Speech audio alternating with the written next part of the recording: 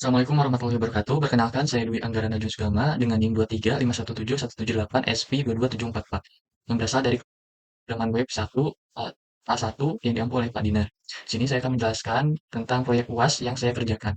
Nah, proyek UAS yang saya kerjakan yaitu adalah website sistem manajemen inventaris. Nah, latar belakang masalah yang membuat saya memilih untuk membuat website ini yang pertama, kekurangan dan kelebihan stok.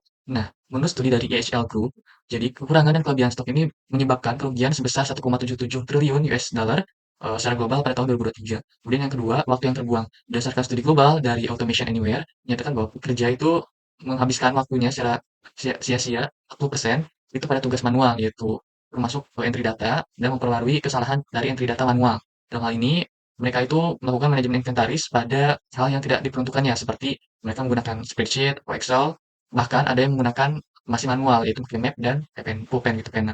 Yang kedua, permasalahan apa yang coba diatasi? Di sini saya akan mencoba mengatasi ketidakakuratan inventaris. Nah, kelebihan dan kekurangan stok itu diakibatkan dari ketidakakuratan inventaris. Kemudian yang kedua, proses yang memakan waktu. Kemudian kurangnya wawasan atau insight. Nah, data itu dapat menjadi insight atau wawasan bagi bisnis-bisnis. Nah, data ini tentunya sebelum jadi insight perlu diekspor dulu. Entah itu jadi CSV, Excel, untuk diolah kemudian oleh tim datanya gitu. Kemudian, nah, tujuan dari website ini dibuat tentunya untuk menyediakan solusi dari permasalahan tadi yang komprehensif dan efisien.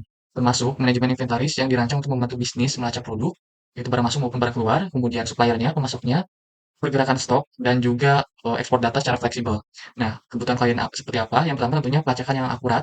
Jadi ketika ada barang masuk, maka stok secara otomatis akan bertambah pada tanggal produk gitu. Jadi nggak perlu manual nambah lagi. Kemudian juga manajemen yang efisien, pembaruan yang real time gitu. Jadi ketika tadi eh, ada barang keluar, maka stok pada tabel produk tuh dikurangi gitu tanpa perlu secara manual dikuranginnya gitu. Baik, di sini saya akan mendemokan dan menjelaskan beberapa bagian pada setiap page website yang sudah saya buat. Pertama di sini tentunya user akan mengakses pertama kali itu di landing page-nya. Di sini terlihat ada navbar saya buat dengan Bootstrap. Di sini juga ada penjelasan tentang websitenya, ada button register, login, kemudian ada button sama get started itu berupa redirect ke register, kemudian ada button login juga. Kemudian masuk ke section 2. Sebelum section 2 di sini ada pemisah dengan tag HR tentunya dengan horizontal line. Di sini ada our main feature, di sini menjelaskan fitur-fitur tentang web. Kemudian di sini juga ada icon ya. Di sini saya menggunakan tentunya Bootstrap icons. Kemudian section ketiga di sini ada testimonials. Di sini menjelaskan atau memperlihatkan testimoni-testimoni dari pengguna yang menggunakan website ini. Di sini saya menggunakan Bootstrap card. Yang terakhir di sini ada footer. Kemudian saya akan menemukan atau memperlihatkan responsivitas pada bagian landing page ini. Di sini untuk bagian home, bagian mobile phone. Di sini sudah responsif. Ini navbarnya seperti ini. Kemudian ini bagian penjelasannya. Buttonnya sudah. Di sini ada fitur-fiturnya sudah responsif untuk mobile dan PC ya. Kemudian saya akan memperlihatkan bagian tab ya. Tabnya seperti ini. Sekarang saya akan memperlihatkan bagian register page dan login page. Menuju register bisa klik button ini maupun yang di bawah ini. Nah, di register page ini terlihat ada logo barangku. Di sini ketika diklik maka akan redirect ke landing page. Di sini saya akan memperlihatkan beberapa validasi. Yang pertama, jika user belum menginputkan, kemudian langsung klik register, akan muncul validation ya. Di sini validationnya sudah saya customize dengan menggunakan Bootstrap. Jadi tidak default atau bawaan dari browser yang biasanya berwarna kuning. Di sini sudah saya customize. Nah, kemudian jika sudah terpakai emailnya, maka akan muncul fungsi alert ya. Di sini atau alert ya. Saya menggunakan fungsi alert dari JavaScript. Kemudian jika belum ada,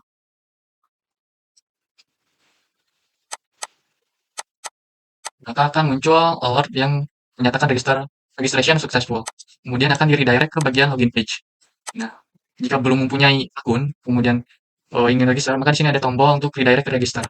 Begitu pula pada bagian register, jika sudah punya akun, maka akan bisa redirect ke login page. Dan di sini saya akan mendemokan beberapa validasi. Yang pertama tentunya sama, jika belum ada input, akan ada validation. Kemudian yang kedua, jika emailnya itu tidak ada atau belum terdaftar, maka akan muncul alert yang menyatakan invalid email atau user not found. Kemudian yang ketiga, jika email terdaftar dan kata sandi salah, maka akan muncul invalid email atau maaf, coba ini, maka akan muncul password incorrect. Kemudian jika berhasil, maka akan muncul ke bagian index PHP atau home-nya. Nah, kemudian di sini terlihat, maka pertama saya akan mengetes fitur remember me-nya. Di sini saya akan close dulu tab-nya, kemudian akan langsung masuk ke login page. Jika sudah login, maka tentunya eh, saya bisa langsung akses indeks PHP-nya atau indeks page-nya. Sini langsung di redirect jika sudah login dan sudah disimpan tadi cookie-nya. Maka fitur remember me-nya sudah aktif, sudah berhasil. Kemudian jika saya langsung akses homepage-nya melalui URL tanpa login, maka tidak bisa dan langsung di redirect ke login page-nya. Oke, langsung aja. Nah, sebelum itu saya akan memperlihatkan dulu responsivitas pada bagian register dan login. Pada bagian register dapat dilihat untuk tab sudah responsif dan pada bagian mobile phone-nya juga sudah. Nah, pada pertama kali user akan dilihatkan atau berada pada bagian homepage-nya. Sini ada beberapa section dan terlihat juga ada dua navbar. Yang pertama ada top navbar. Di sini terlihat ada username atau email dari akun yang terdaftar tersebut. Kemudian ketika diklik maka muncul tombol atau button logout. Di sisi kiri ada left sidebar. Di sini ada logo. Yang ketika diklik maka akan menuju homepage ini. Ini ada dashboard sama di sini ada penggrupan ya, page berdasarkan data. Ini kalau data ini ya table ya, ada products, stock in, stock out, suppliers. Kemudian untuk export datanya sama, data produk, stock in, stock out, supplier, dan terakhir autentikasinya untuk logout bisa diklik di sini. Nah, ketika aktif maka akan seperti ini, seperti yang di dashboard. Nah, kita kembali lagi pada bagian homepage ini. Nah, di sini terlihat ada 3 section. Yang pertama adalah section welcoming dan menjelaskan web kembali. Di sini ada gambar dan di sini juga ada kalimat atau kata salam ya dengan menggunakan animasi typewriter di CSS. Ini untuk ininya dinamis sesuai dengan email. Ada bagian username juga sama username ini. Kemudian section kedua ada explanation of each table. Di sini saya menggunakan accordion dari Bootstrap. Di sini supaya tidak memakan banyak space, jadi user bisa sesuka hati untuk melihat definisinya. Kemudian di sini juga ada tutorial cara menggunakan manajemen inventaris web ini. Pertama-tama ada upload, produk, supplier, kemudian baru track stock in, stock out, kemudian baru export. Dan di sini juga ada button untuk redirect ke masing-masing page-nya. Jadi untuk produk maka redirect ke produk, dan ini sama ke supplier dan seterusnya. Nah, kemudian saya akan menunjukkan responsivitas dari web ini. Yang pertama pada bagian mobile phone, sini sudah responsif dan gambarnya sudah tidak muncul karena memakan tempat yang terlalu banyak. Sini juga tidak muncul typewriter, eh, dan left sidebar-nya sudah disembunyikan ya, karena muncul tombol drop down ini atau trigger ini ya. Sini ada juga username masih berfungsi, button logout-nya, dan setiap section-nya ini sudah responsif dari sisi button-nya juga. Baik, selanjutnya sesuai tutorial pertama kita akan upload produknya. Di sini sudah saya memiliki data dummy untuk insert. Nah, validation yang pertama jika user mengklik add sebelum ada inputan maka akan muncul validation tentunya. Kemudian ini sebelumnya button insert data ini akan memunculkan models dan modelsnya itu dibuat menggunakan Bootstrap. Sekarang kita masukkan dulu bahwa ini bisa memilih produk kategorinya ya. Jadi kategori dari produk ini bersifat statis, sudah disediakan di webnya. Jadi user tinggal memilih. Ada berbagai kategori. Description-nya ini bebas. Produk price-nya, stoknya 10. Ya, maka akan berhasil muncul dengan 10. Dan ini sudah untuk query menampilkan datanya sudah diurutkan secara ascending berdasarkan nama produk. Kemudian untuk export data, maka ini akan redirect ke bagian page export produk di sini. Nanti akan saya jelaskan.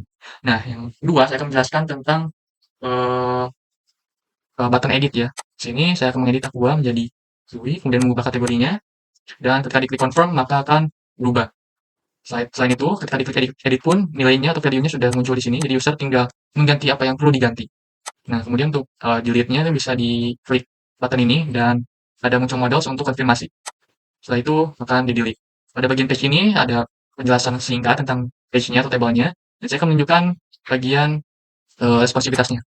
Sini sama, sudah responsif untuk mobile phone-nya, dan untuk tabelnya ini bisa di-scroll.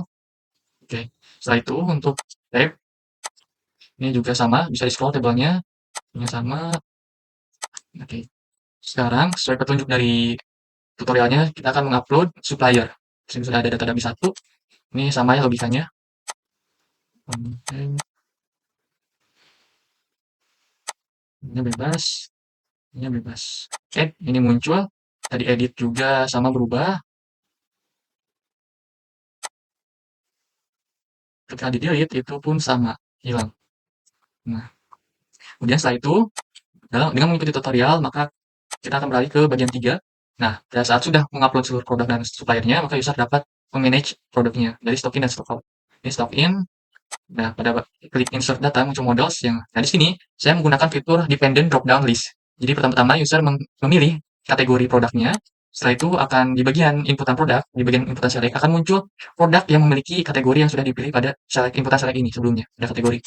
Ini privilege tidak ada karena tadi saya sudah mengubah ya, yang aqua ya, beralih ke snack, maka akan muncul akui dan arrowhead. Ini sesuai dengan kategorinya. Jadi ini sangat memudahkan user, terlebih jika terlalu banyak data, maka akan menghemat waktu ya di sini.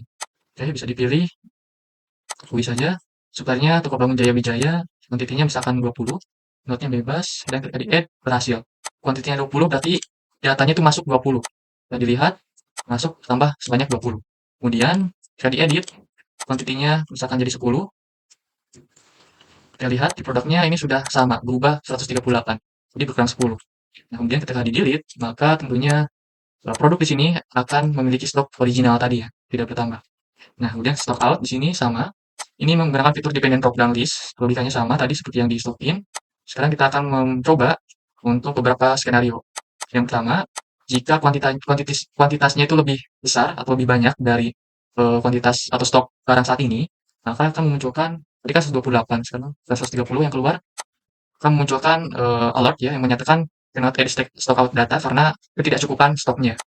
Nah, yang tidak muncul dan di sini juga tidak terkurang.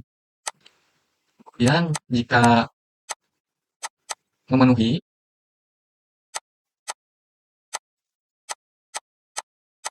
misalkan tadi 128, jika ini 128 akan habis ya tentunya dan berhasil karena masih sama dengan masih cukup. Tapi pada bagian produk akan muncul ini ya alert atau ya alert dari ininya. Di sini saya menggunakan bootstrap. Jadi di sini terlihat bahwa ada tulisan produk Aqua is out of stock. Di sini stoknya 0. Jadi ketika setiap produk memiliki stok yang 0, maka akan muncul button seperti ini atau ya alert seperti ini. Oke.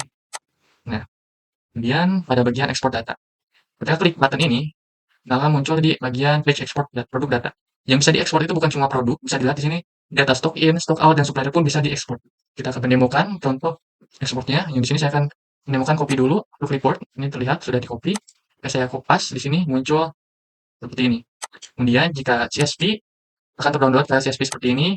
Jika dibuka muncul file yang berformat koma separated value. Nah, di sini juga sama untuk Excel, PDF, dan juga Print. Nah, bagian page ini sangat memudahkan user ya, lebih jika usernya itu berupa perusahaan yang sudah besar dan memiliki divisi bidang data. Nah, ini sangat memudahkan untuk data scientist maupun data analis untuk menganalisa data. Nah, setelah itu saya akan mendemokan responsivitas pada bagian export. Nah, pada bagian export ini sudah responsif ya. Dan untuk tabnya, untuk mobilenya sama, responsif juga. Ini bisa di-scroll juga ya, tabelnya.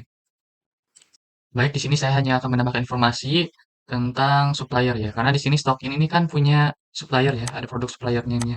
Dan ketika supplier ini dihapus, apa yang akan terjadi pada stock in? Kita lihat, ini suppliernya dihapus, maka pada stock in pun terhapus juga ya, karena di stock in terdapat informasi dari supplier, yaitu supplier name-nya. Jadi di sini terlihat hubungan untuk di PBD-nya ya, hubungan eee relasi antara access supplier dan stock in ya. Jadi ketika data supplier dihapus, maka pada stock in-nya itu akan terhapus juga ya. Di sini on delete-nya itu cascade ya. Jadi ikutan kehapus. Begitu pula pada bagian edit-nya. Baik, di sini saya akan memperlihatkan secara singkat bagian-bagian kode PHP maupun JavaScript yang saya gunakan untuk fitur pada web saya. Nah, mungkin mohon maaf karena waktunya lagi-lagi melebihi batas, tapi karena perlu banyak yang didemokan dan perlu banyak yang diperlihatkan, jadi waktunya itu melebihi batas. Sekali lagi saya mohon maaf, Radina. Oke, lanjut sekarang ke bagian register. Di sini, register PHP ini buat, di sini ada kode PHP-nya ya, sebelum tag HTML. Di sini untuk validasi pembuatannya, lihat jika sudah ada, maka ini ada alert gitu, dan jika berhasil seperti ini. Kemudian di sini juga saya sudah menggunakan prepared statement ya. Jadi dapat menghindari SQL injection. Setiap PHP ya sudah ke prepared statement. Kemudian bagian login. Sebenarnya untuk config database ini di file config.php ya. Jadi udah di require. Nah, ini sama. Ini kode untuk validasinya. Ini untuk Nah, di sini juga terlihat ada untuk fitur remembernya pakai cookie ya, yang selama 30 hari. Sini juga sudah. Dan untuk logoutnya ini sama. Jika set cookie maka akan dihapus atau dikurangi selama 30 hari tersebut. Kemudian udah ada destroy juga. Nah, sekarang ke bagian ceknya. Nah, ini cek ini berfungsi untuk redirect ya. Tadi redirect jika user sudah login maka akan tetap di page-nya. Tapi jika belum maka akan redirect ke login.php tadi. Ini sudah diterapkan ya di setiap filenya. Jadi nggak bisa mengakses melalui URL ya, kecuali sudah login. Ini ada config. Nah, ini berfungsi file ini untuk koneksi ke database dan juga query-query CRUD pada setiap table. Di sini terlihat sudah saya komen untuk inserting products, ini connect to DB, ini juga untuk supplier dan sebagainya. Di sini semuanya sudah menggunakan prepared statement, jadi menghindari SQL injection.